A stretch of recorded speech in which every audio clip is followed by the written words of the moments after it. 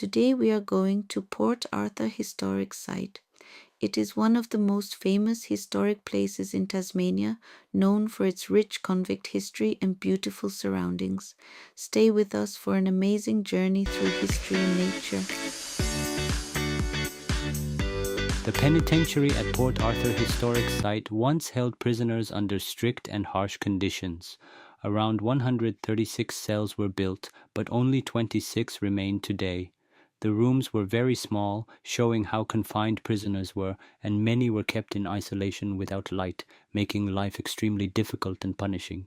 The guard tower at Port Arthur Historic Site was used by officers to watch over the prison and prevent escapes. It was built by convict labor, with stones shaped by boys at the nearby Point Poor Boys Prison, a juvenile establishment. It was part of the penal colony's military complex during the rule of Charles O'Hara Booth in 1836. Today, the view from the watchtower is stunning, perfect for pictures and capturing videos.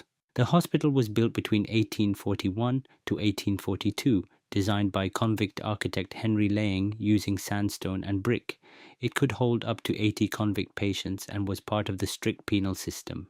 Today, it is in ruins, with only small metal beds remaining. The asylum was built to care for mentally ill and elderly convicts who could no longer work. It was part of the strict penal system, where inmates were still under supervision despite receiving care. Today, the building stands in ruins, reflecting the difficult and often tragic lives of those who lived there. Port Arthur Historic Site has 3 different types of prisons: the penitentiary, Point Poor Boys Prison, and the separate prison. The separate prison was built in 1848 to 1849 to break prisoners through intense psychological punishment rather than physical torture. Here, prisoners had to follow very strict rules. They were not called by their names, but by numbers, and were kept inside their cells for around 23 hours a day, with only 1 hour allowed for activities such as exercise and church services. Even during these activities, prisoners had to maintain absolute silence when moving. Inmates wore masks to prevent recognition or communication. In the chapel, instead of benches, there were separate cubicles where each prisoner was isolated and could only see the chaplain. There were also punishment cells, known as dark cells, used for extreme discipline, which were windowless and soundproof. The cruciform-shaped building contained around 50 cells and 12 exercise yards. Prisoners were strictly supervised at all times. Soldiers Memorial Avenue at the Port Arthur Historic Site is a tree-lined pathway dedicated to remembering Australian soldiers, especially those who served in World War I. Each tree represents remembrance and honor for those who lost their lives. This natural setting adds a sense of peace and reflection, contrasting with the harsh history of the nearby penal settlement. The pathway encourages visitors to slow down and think about sacrifice, remembrance, and the passage of time.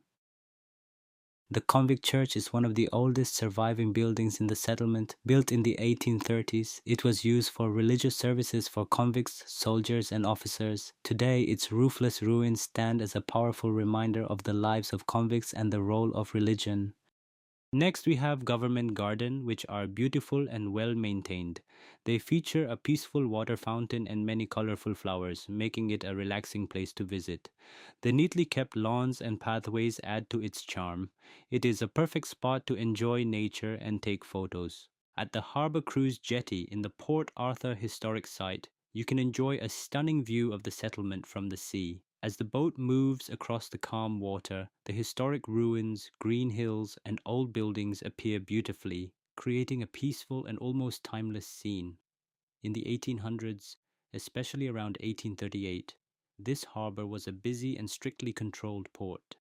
Ships arrived carrying convicts, supplies, and officials, making it the lifeline of the penal settlement. The area was heavily guarded, and escape by sea was impossible. Last but not least, the Isle of the Dead is a small island near Port Arthur Historic Site that was used as a burial ground in the past. Many convicts, soldiers, and settlers were buried here, making it an important and emotional part of the site's history. The island reflects the stories of those who lived and died during that time. Thank you for watching, and I hope you enjoyed this video. See you.